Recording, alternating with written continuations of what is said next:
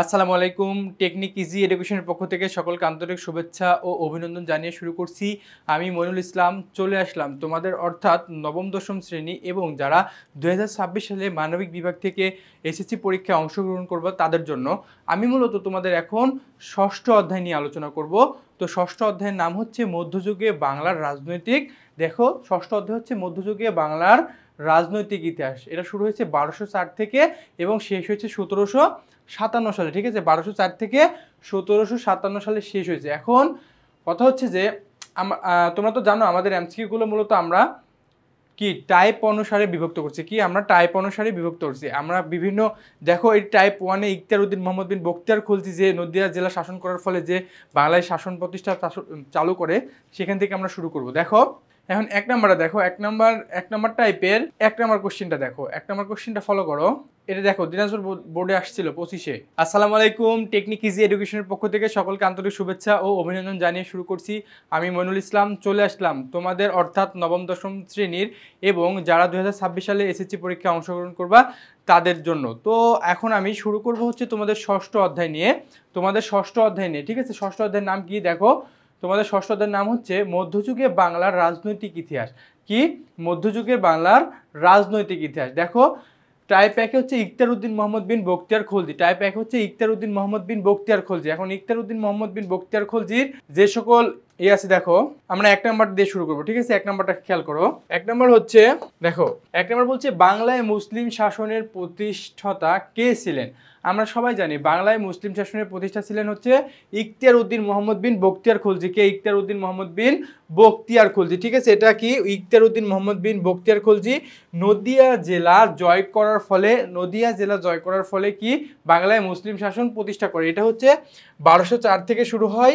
এটা 1204 শুরু হয় এবং 1757 সালে সেই পলাশীর যুদ্ধে কি পরাজয়ের মাধ্যমে এটা শেষ হয়। ঠিক আছে, এটা শেষ হয়। আর এটা তিনটা পালাক্রমে এই শাসনটা প্রতিষ্ঠা হয়েছিল। প্রথমে কি জানো, এটা হচ্ছে তুর্কি শাসন, তারপরে হচ্ছে স্বাধীন সুলতানি আমল, আর আরেকটা হচ্ছে মুঘল শাসন। এই তিনটা আমল নিয়ে মূলত হচ্ছে এই তিনটা আমল নিয়ে মূলত বাংলায় মুসলিম শাসনটা প্রতিষ্ঠিত হয়। বুঝছো?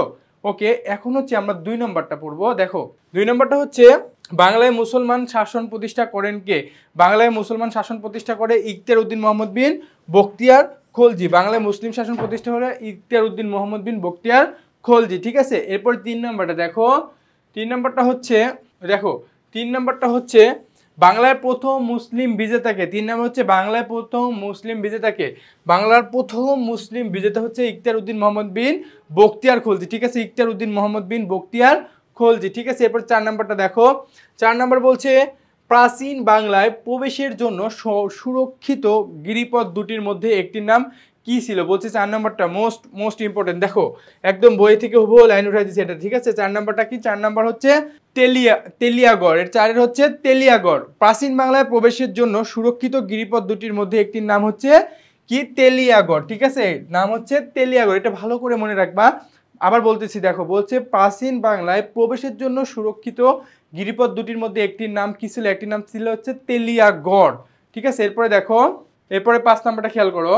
5 নাম্বার বলছে বখতিয়ার খলজি কতজন সৈন্য নিয়ে নদিয়া আক্রমণ করেন? কি বলছে? বখতিয়ার খলজি কতজন সৈন্য নিয়ে নদিয়া আক্রমণ করে?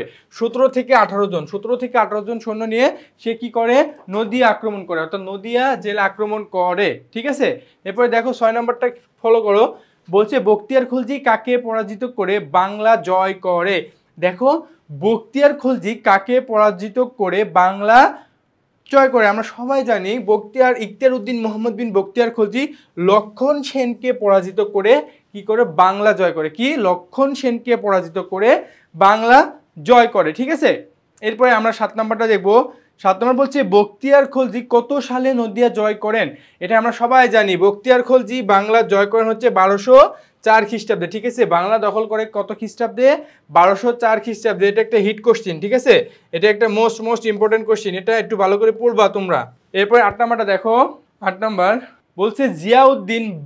দেখো, বলছে হচ্ছে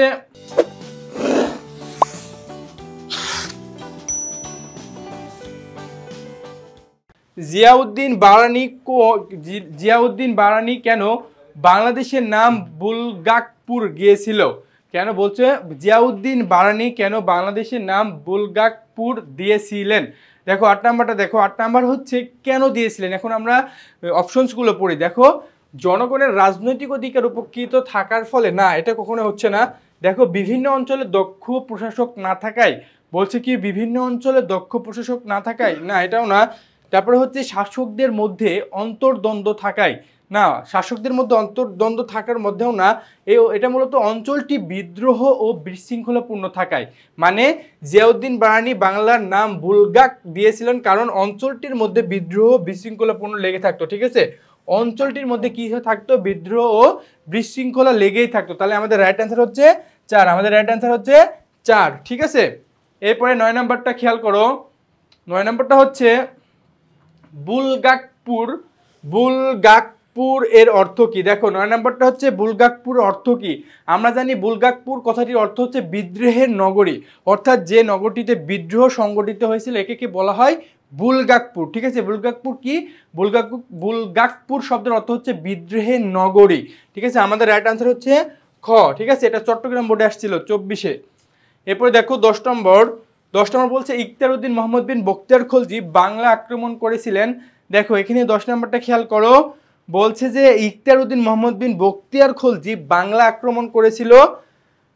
দেখো বাংলা আক্রমণ করেছিল হচ্ছে ধর্ম প্রচার করতে, না তার কোনো টেন্ডেন্সি বা তার ভিতরে কোনো এমন ইন্টেনশন ছিল না যে সে ধর্ম প্রচার করার জন্য বাংলাকে আক্রমণ করেছিল, এমন কিছু না।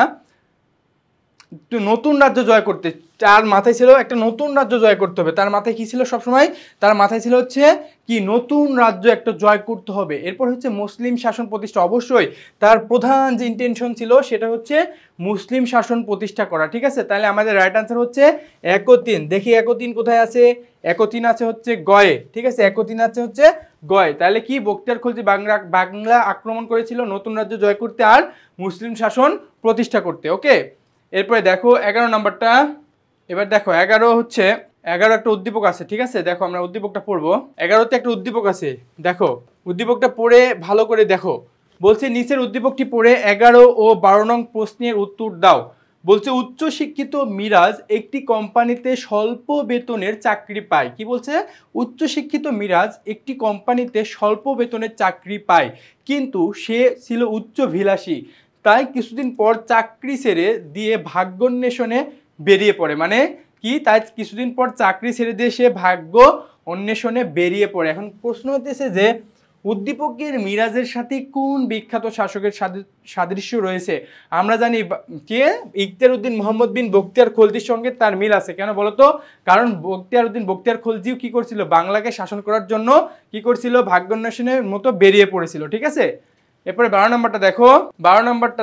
12 নম্বর হচ্ছে উক্ত শাসকের জন্য প্রযোজ্য তথ্য হলো, উক্ত শাসকের জন্য প্রযোজ্য তথ্য হলো কদাকার চেহারার অধিকারী। কদাকার চেহারার অধিকারী, হ্যাঁ তিনি কদাকার চেহারার অধিকারী ছিলেন, ভীষণ সাহসী ও আত্মবিশ্বাসী। হ্যাঁ, তার ভিতরে একটা ভীষণ সাহস ছিল এবং তার ভিতরে একটা আত্মবিশ্বাস ছিল। ঠিক আছে, দৈবজ্ঞ ও পাণ্ডিত্য সম্পন্ন, না তিনি দৈবজ্ঞ এবং পাণ্ডিত্য সম্পন্ন ছিলেন না। ঠিক আছে, তাহলে তার মধ্যে কি পাওয়া যায়, এই দুইটা পাওয়া যায়। ঠিক আছে, তাহলে আনসার হচ্ছে 12 ক। 12 ক হচ্ছে আনসার। ঠিক আছে, তো আমাদের টাইপ 1 শেষ।